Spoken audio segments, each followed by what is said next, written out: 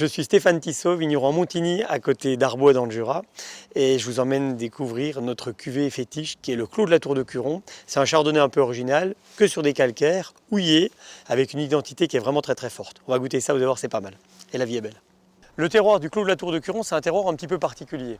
Normalement, dans le Jura, on a à peu près 70% d'argile. Ici, ce terroir-là, c'est que du calcaire. Et c'est un calcaire un peu particulier, c'est un calcaire tendre qui s'appelle le bajossien. C'est un terroir jaune qui est utilisé souvent pour la construction d'arbres et tout ça. Et normalement, quand on parle de calcaire dans le Jura, c'est souvent des éboulis calcaires qui viennent recouvrir des argiles en sous-sol. Et là, c'est assez original parce que c'est un terroir calcaire qui est directement sur la roche-mère calcaire.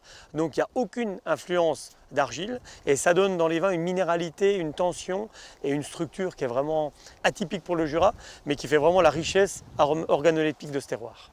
Cette année, on attaque notre 20e campagne en bio déjà. Et ça fait 15 ans qu'on est en biodynamie. Et c'est intéressant parce que la bio, depuis le début, on l'a utilisé en tant que moyen, plutôt que ce soit un but, c'est-à-dire un moyen de mettre en avant notre terroir. Il y a toujours beaucoup plus de minéralité dans un vin qui est fait en biodynamie. Et à la fin, on a une matière, une structure et vraiment une identité qui est beaucoup plus forte.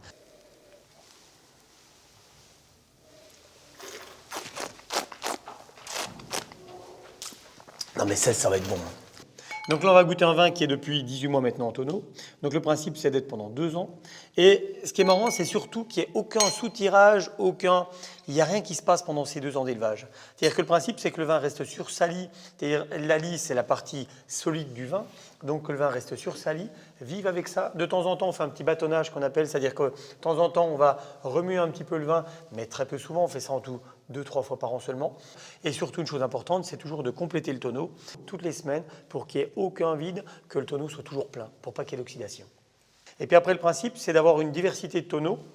Là, cette année, exceptionnellement, il y a 7 tonneaux en 2016 à la Tour de Curon.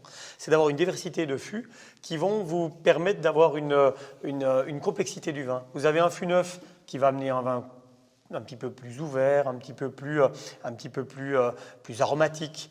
Et puis vous avez des fûts plus anciens qui vont vous amener un côté un petit peu plus ferme, un petit peu plus réservé, parce que simplement le vin a moins évolué. Et le principe, c'est que l'assemblage de tous ces tonneaux-là vont vous amener la complexité et puis la buvabilité du vin. Si l'assemblage est bien fait, il est toujours supérieur à la meilleure pièce. Ça, c'est toujours impressionnant. Je t'ai déjà expliqué comment je fais pour sélectionner le tonneau qui ira pour le Curon. Je mets 7-8 fûts neufs par terre. Je les remplis d'eau, parce qu'il faut les remplir d'eau généralement 1 ou 2 jours avant de les remplir. Et juste avant de les vider, je goûte l'eau de trempage des fûts. Et je vais choisir le fût où l'eau de trempage sera la meilleure, ce qui est assez surprenant. Donc là, on va goûter le millésime 2015.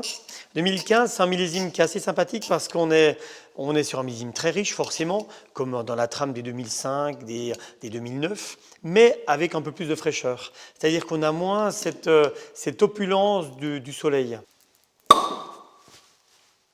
Elle était bonne celle-là. Ça va être bon, ça, vous allez voir. Et donc là, c'est très fruité, mais il y a un côté floral, il y a un côté aussi épicé quand même, qui est toujours cette petite marque jurassienne malgré tout. Et puis il y a vraiment une complexité pour moi qui est vraiment intéressante.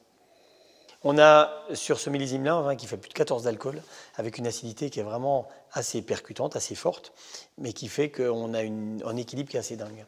C'est vraiment un vin qui a à la fois la puissance, la finesse, et c'est ça sa vraie marque de ce terroir.